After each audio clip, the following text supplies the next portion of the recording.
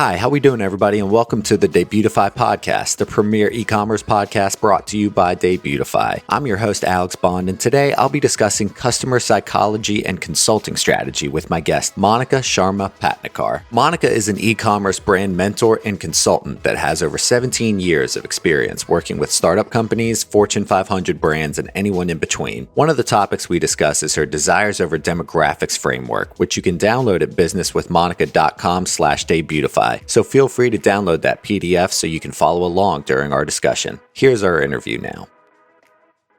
Welcome to the show, Monica. How are you doing? Hi, so nice to be here. I'm good. Wonderful. We're very happy to have you. So you are reporting live from the Netherlands right now. Yes, absolutely. I'm in Amsterdam. I'm, I say Dutch by birth, Indian by heritage. So I'm born and raised here. That is very cool. So we'll just jump right in. As an e-commerce consultant, what do you do specifically? Yeah, that's a good question. Very big question. I'll try to be very concise, but I'm a brand growth strategist. So that I really help people to define a really clear brand and brand strategy for their business, which really is about figuring out why you do what you do. You're in a bigger purpose. Who's your customer? Why are they really buying? And that real customer that's actually buying from you, and what you're there for, stand up for as a brand. And then take that and look at your metrics and say, how can I adapt this to the right messaging along the customer journey to be able to guide my customers to be able to make that decision to buy. So that kind of touches on my next question. What is your goal when you start working with a company? Is it to kind of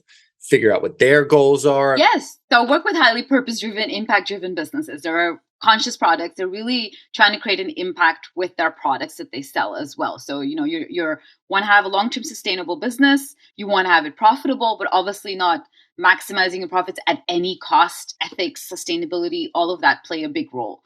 And when these people come in, a lot of times I've seen the clients come into me at a point when they're doing all the right things. They've been doing the traffic generation, putting out content, doing the advertising, doing the collaborations, the emailing, maybe even every day, if not at least a few times a week. They're doing all the right strategies and tactics, at least, and taking right actions, but yet they're not able to break that ceiling of growth that they've reached. For some people, it's trying to reach that first 6 figures.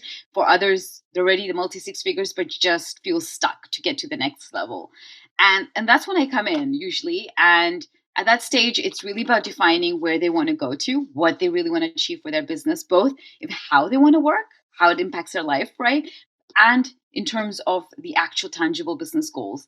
Often it is really going back down to basic marketing and brand and business principles. And there's a missing piece tends to be that brand piece and really knowing your customer and knowing what you stand for as a brand so that you can then have the right messaging, which you then go back and to take all those right actions. And that's usually kind of the stage I get into. That's great. And we'll dive deeper into some of those processes later. So for you specifically, how did you build the credentials to become an e-commerce brand mentor and consultant? Because that's kind of not an easy gig to get into, I can imagine. Well, I say I'm a brand builder, and it's been like over 17 years career. I did the master's in business, majored in marketing, went into the corporate world, took on brand management roles, launching a new brand to the market, worked managing heritage brands, the full shebang with operations included, moved into strategy consulting, then moved into global marketing, and where I was really, from strategy and positioning to action plans, but even ensuring right teams and structure for people to implement it and they have the right skills. I realized I was ready to leave the corporate world. I quit when I was pregnant with my second child and decided to go on my own, which was a long-term dream. And I started my own online store, selling home accessories and contemporary designers in India and bringing that to Europe. When I was doing that, though, I realized that I was such a hurry to leave the corporate world that I was chasing this old teenage dream of mine of starting this online store or bringing in these products. Whereas my heart is really building brands. And that's what I did my entire career and working with multiple businesses to be able to do that. And I was in the circles I was in at that time. I was helping my fellow, entrepreneurs with all the knowledge I had over all those years and I started realizing that was the missing piece. None of them knew who their customers were. And I'm like, wait, 1 second, that's what I need to be focusing on. But what I chose to do, I stopped freelancing with the bigger businesses and really niched down to both scale-ups and startups, also in the tech and SaaS space, and small business entrepreneurs e-commerce, product-based retail, who really impact-driven, purpose-driven businesses.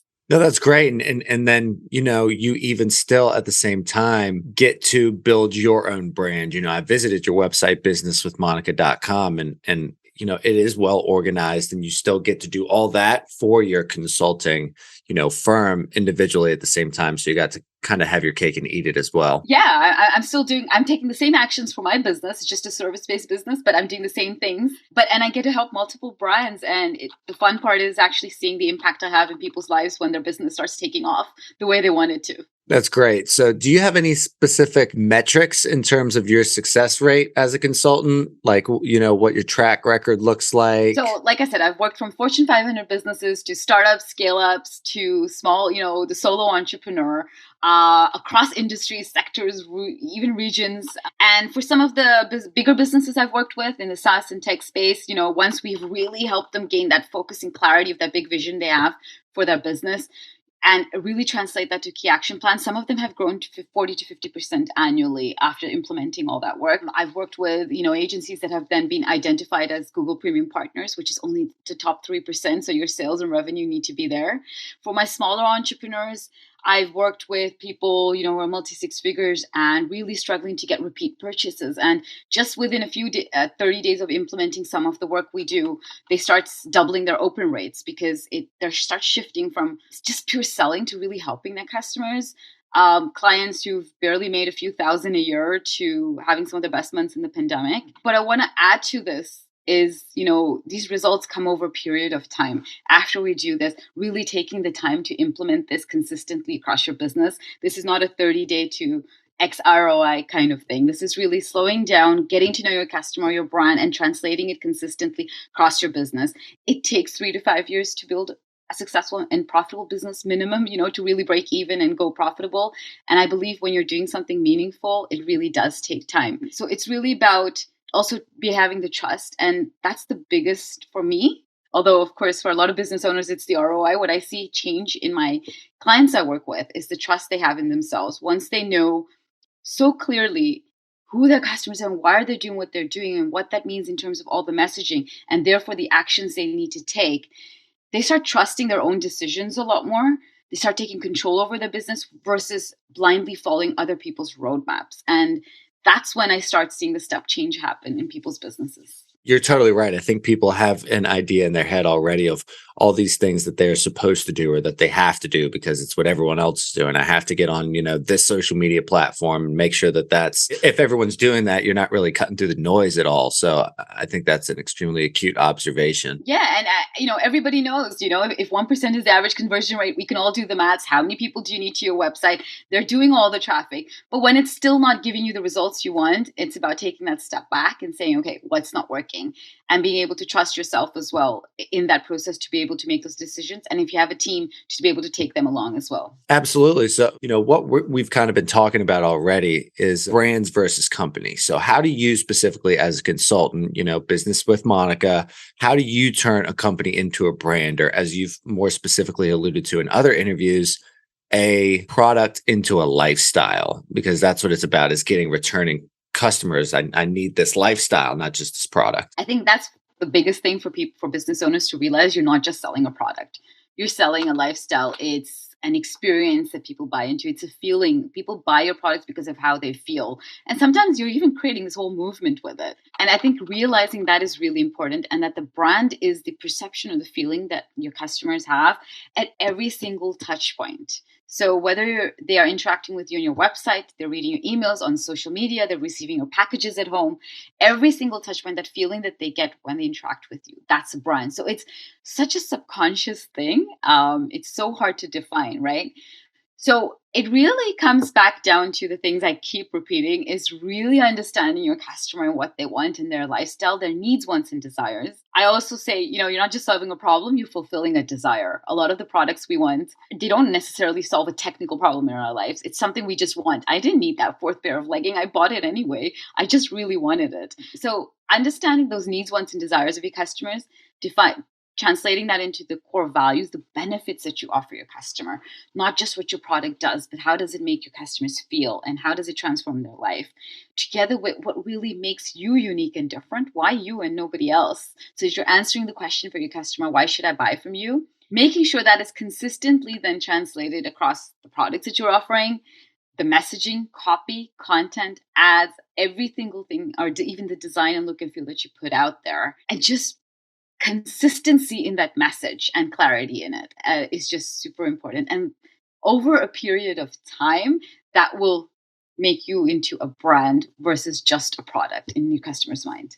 So you have to be, if I'm hearing you correctly, you have to be asking the right questions, right? So That's where it starts. I think that's like where some people may get a little frustrated with me, but it all starts with knowing your customer, because if you don't know who you're speaking to, how can you attract them and how you can attract more of them or get them to come back? It's as simple as that. no, absolutely. I think you're totally right. And I think it's great for our listenership to know that you actually have an excellent resource, called the 4Ds, or the Desires Over Demographics Framework, which is actually free to the public on businesswithmonica.com/debutify. So can you explain for us what this framework is used for specifically? So this is just a great starting point to start speaking to your customers. So the 4Ds are the 4 types of questions you need to be asking your customer, the 4 categories of questions. Because a lot of times, what do people do? They go ask the customers, how did you like my product? How did you find me? So it's very standard things where you're not really getting to know your customer. Or I'm planning on creating this. Would you buy it? And again, asking people to predict the future. Again, we can't do that as humans. I mean, we'll tell you, okay, maybe, yeah, it sounds great, but it doesn't actually mean they will buy it at the moment. So what you really need to do is figure out who your customer is, and then you need to define how your product delivers on those needs that they have. So by using these 4Ds, it's a great starting point to go out and start interviewing and speaking to your customers one-on-one, preferably. You can also do surveys, but there's nothing like speaking to them one-on-one where you can just dive deeper into the motivations that they have. I think that one-on-one experience is extremely important. You've asked a lot of good questions up to this point already, and I feel like as just a customer in the world, the only questions I usually get is, how did you hear about us and what do you think about us? What brought you here and what do you think now that you're here? And the buck kind of stops there as a customer with a lot of my experience. Yeah, I mean, just think of, like, as an example, the bigger brands, the Apples or the Starbucks of the world. What are they really delivering on? It's an experience. Starbucks is where the third place in people's life, and they do it through their cafes and coffee chains, but also through the coffee that they do. It's the product that is the proof point, but they're creating this third place in people's life. How did they come to that? They observed and they learned about their customers by seeing people went to work, people went home, and there was no other kind of place in between for people to be and hang out. Same with Apple. They really observed how people use their products and what it meant. It was a lot about connection and simplicity. And then they created the product that delivered on that the best. Don't ask your customers for the solutions. Ask them what's going on in their life, and you need to create the solution. They don't always know the answer. And both are companies that are more lifestyle based. Both companies, actually, Starbucks and Apple, create a brand where people use their products daily and are lining, Apple specifically, are lining up out the door even when they announce a new product, because it is, I gotta have it. Yeah. Stuff. So more specifically about this framework and this resource, what are the 4Ds specifically, and how can we break that down? Because I think it's pretty simple, as a customer and someone curious. Again, this is a free resource available. What are these 4Ds and questions that we're asking? So we start with the most simple, the demographics. It's not always the most exciting, but we do want to know, okay, who are we actually speaking to in terms of factual information about them? And it does help still with things like targeting on different platforms. So it's great to know that. Demographics, factual information, age, life stage, married, not married, with kids, not kids. That can give you a lot of insights into people already. But then we come to the second one, is these desires, which is, I think, the hardest one for people to understand and grasp, and the one people skip the most. So this is what are your customers' needs, wants, and desires? What's going on in their life right now? What makes them happy? What are their struggles, or some people like calling pain points? What is kind of missing, or what would they like more? Just really understand what's going on in their life at the moment. And then the third one is, I say, do. So what are they doing within your category? So here we start getting more into the product category that you are operating in.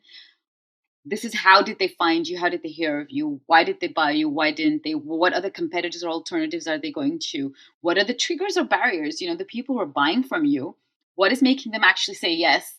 And maybe for the ones who are following you, visiting your site, but not going ahead, what is stopping them from doing that? So really understanding the behavior within your category and with related to your business.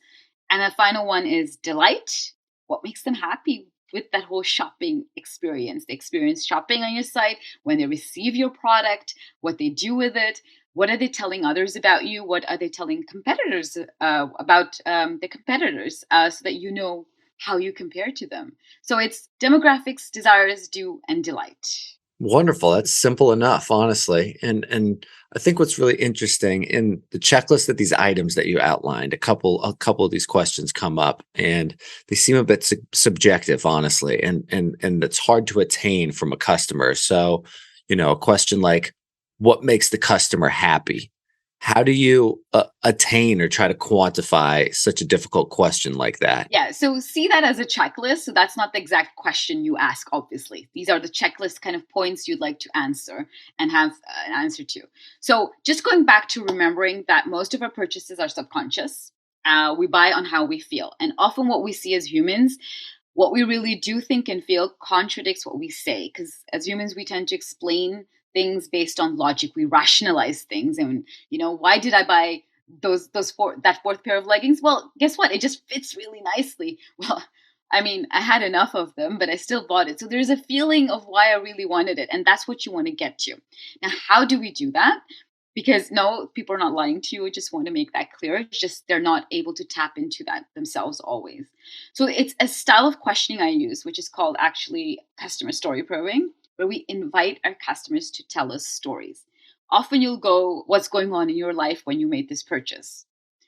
And then people are going to start thinking and rationalizing, like, okay, what was going on at that moment? Instead of when we get to the happy question, just saying, tell me about a recent moment in your life that just really made you happy, and let them talk. Let them tell you a story. Why? Well, we use storytelling in marketing, right?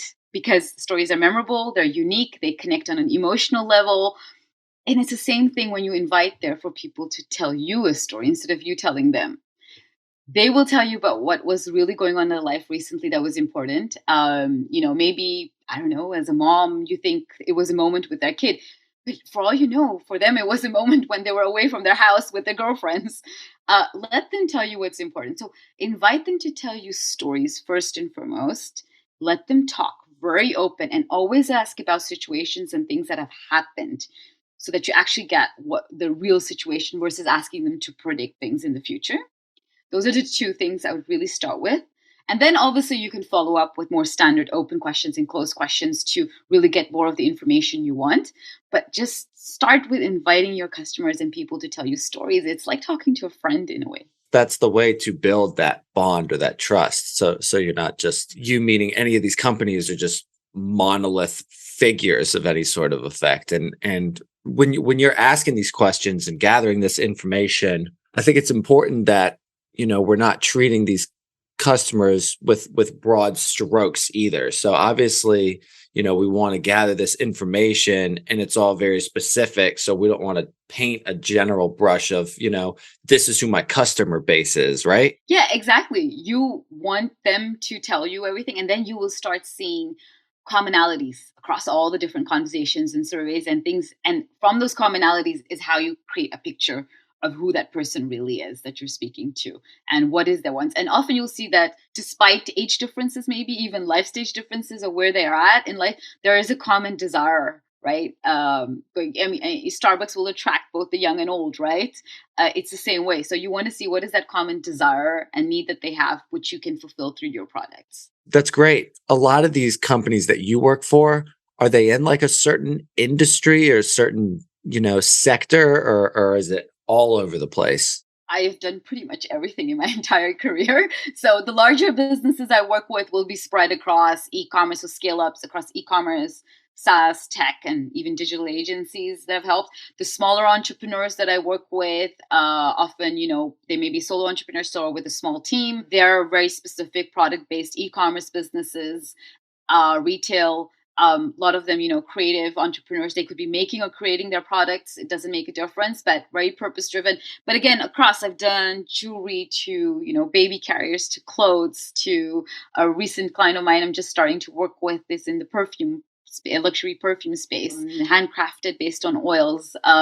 So it's really wide range that I've worked with. And it's just the consistency is the purpose driven, impact driven businesses, conscious businesses, and really helping them on that brand growth strategy. That's cool. Do you end up having to look for clients to work with, or are you now at the point where you're pretty self-sustainable? I think that was a phrase that I heard you in another interview say was sustainable, which means, being able to live off of your profit. Do you go out and look for brands to work with, or are they all coming to your door now? Actually, I think it's a combination. I don't think I stop. Okay. I don't think you should ever stop one or the other. I'm super active still on whether it's social media or I'm doing guest podcasts, emailing my list. But at the same time, my previous clients seem to refer people to me as well. So I have people coming in That's the through that best as way to well. get business. It is. It's the best. It definitely is. But I think as you grow your business, I think having a bit of a combination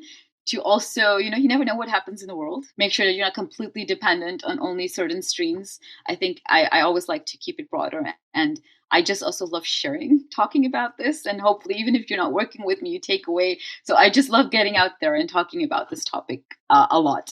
And you're good at it too. Do you have any other employees, or is it you and solely you? Solo me so far. Yes. That is adventurous.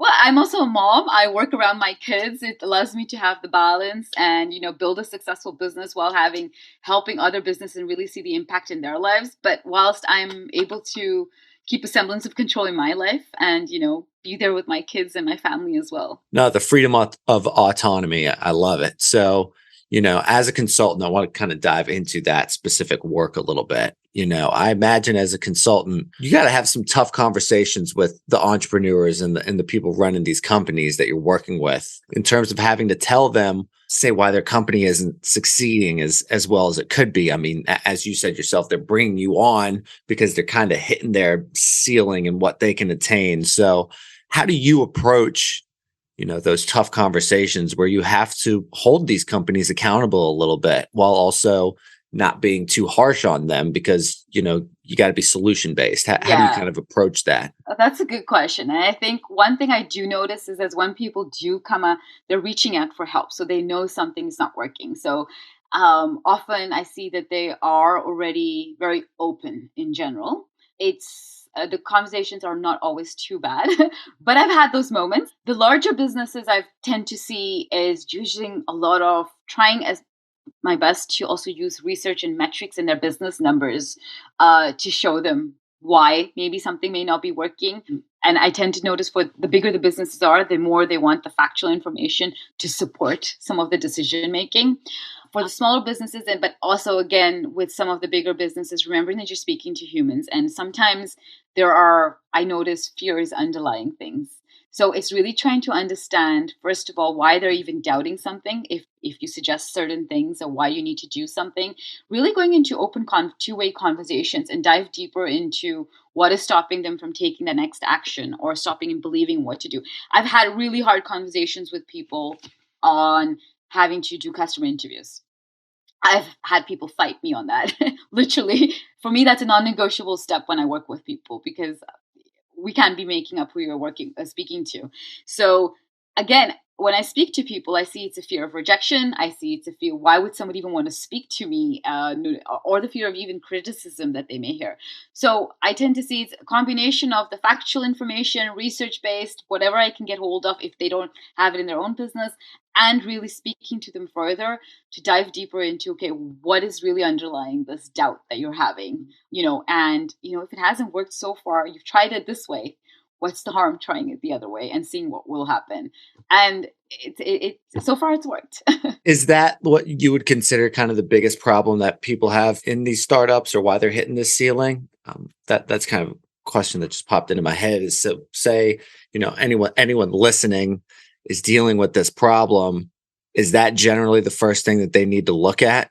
Is this lack of confidence or fear of rejection? I think that's a big underlying thing in the business, a lot. I've seen that, especially the smaller entrepreneurs, this fear is really, and the lacking confidence in themselves. Sometimes, often people have started these businesses by leaving other careers, or this is not something that they are educated in, or something. And there's this They're imposter more just syndrome. passionate about it than anything else. Exactly. And then there obviously algorithms are changing every day. The economy is changing every single day. We don't know what's happening. So yes, there is a lot of lack of confidence and fears. And there's a mindset issue that people need to work on, but I often see by going back to the foundational principles of business, which people sometimes skip, right? They just launch a business, they start the store, they do the traffic generating activities, they spend the money, but they've never really taken a step back and say, what do I really stand for? Why am I doing this? Why do my customers buy from me? That on its own, these exercises tend to give people a lot of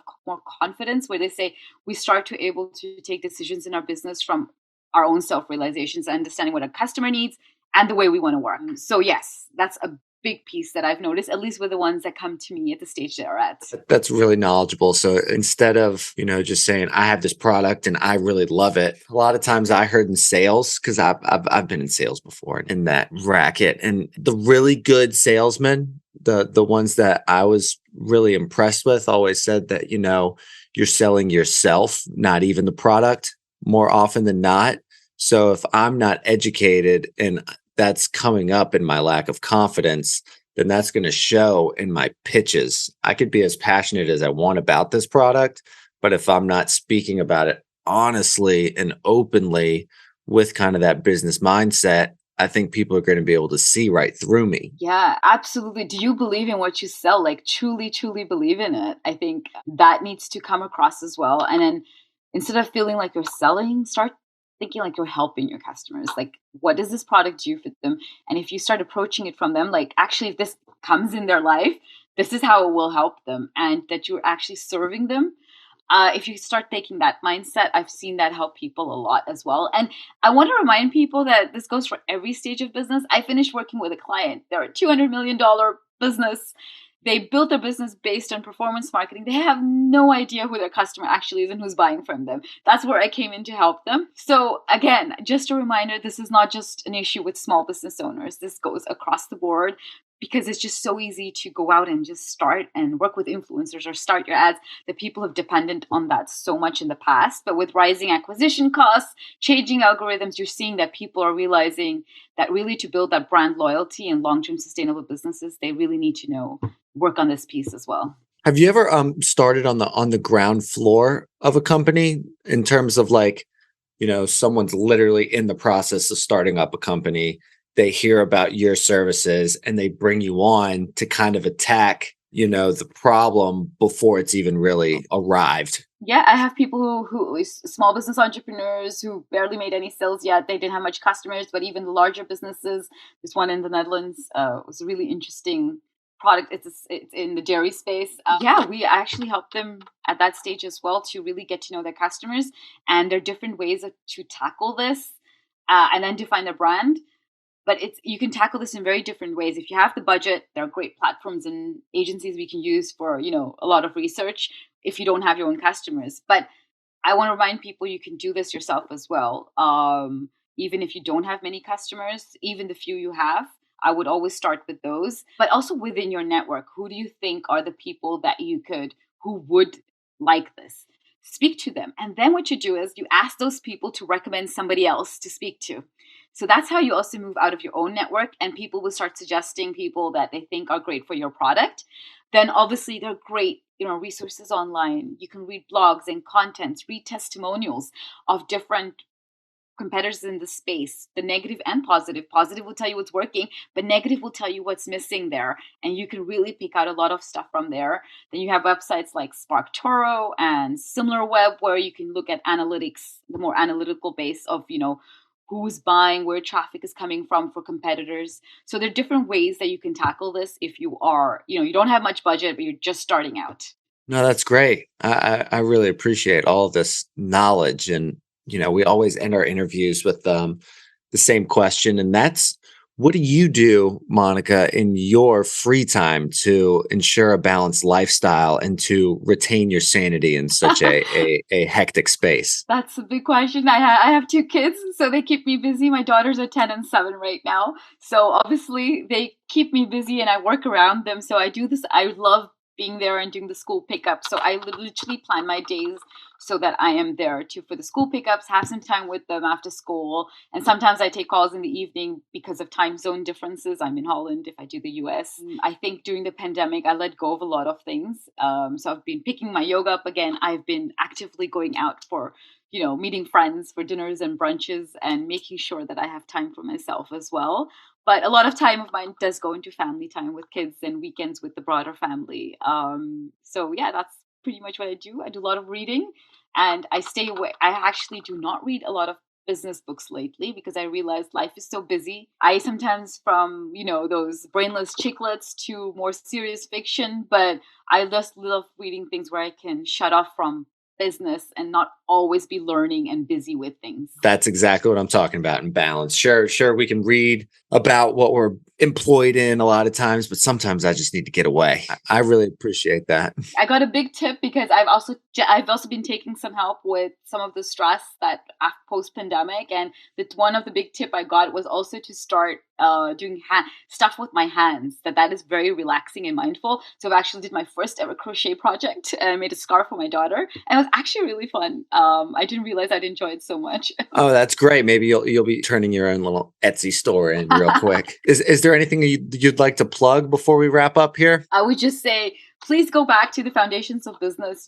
Just remember, it's like a house. You don't build a house without the foundations, the stuff you can't see. Then you do the walls, you do the interiors, and invite people in. It's the same for business. You got to have that strong foundation. It will help you weather the storms, the economic changes, and especially in times of this with uncertainty and we don't know if we're going to have a recession or not. Some of the businesses that come out strongest are the ones that continue to building their brand and really, really know who their customers are. Even if you're slowing down, if you are reducing some of that marketing expense, don't completely stop. Take this time to dive into your business and figure out what you're really doing, why you're doing it, and who's buying from you, and what you stand for as a brand. Excellent advice and sage wisdom. So thank you for joining us. We really appreciate you taking the time out of your day, Monica. And it's been a pleasure talking with you. Thank you for having me. Really enjoyed it.